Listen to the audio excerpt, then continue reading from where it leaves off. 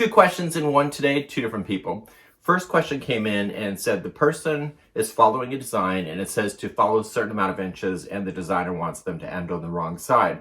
But the designer never indicates in the pattern which is the right side and wrong side. How would they know? So I'll tell you what my assumption would be.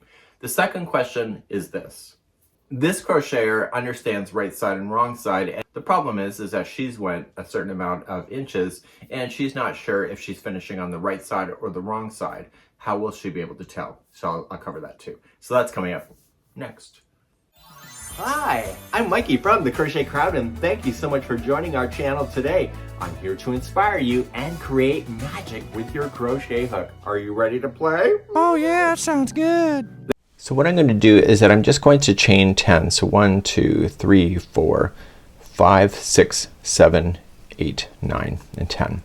So the designer in this particular example states that the right side will be row number 1. It will say RS, which is right side, and they'll indicate it in the notes some way. So second chain from the hook, and I'm going to single crochet in the chain all the way across.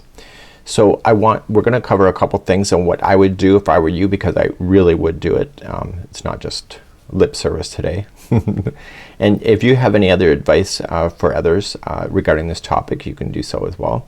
And so what I need to do before I decide to turn around and the designer has said that row number 1 is the right side, what I would want to do is just lay this down and just grab a spare piece of yarn. I'm just going to take a piece of the strand itself and I'm just going to loop this and pull that through. And what this is doing is that this is called the stitch marker, and this is indicating to me that whenever I see this, this is the right side of the project. So when I turn it around, you do not see it. That's the wrong side.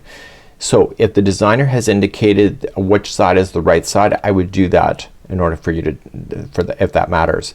If the designer, and sometimes this does happen because we're all humans apparently, what I would recommend is that if the designer has not told you what is the right side and the wrong side, I would consider row number 1 or round number 1 as being the right side if they've not indicated it. Where the right side really does matter when you're finishing items like clothing, maybe you're finishing a blanket and the border has to be on the right side. This is such a cheap option and it's really quick and easy, and it's a great way to do it. So during the tutorials over the last several years, you'll always find that I would have placed a stitch marker when it matters, and I would have given you the advice to do that.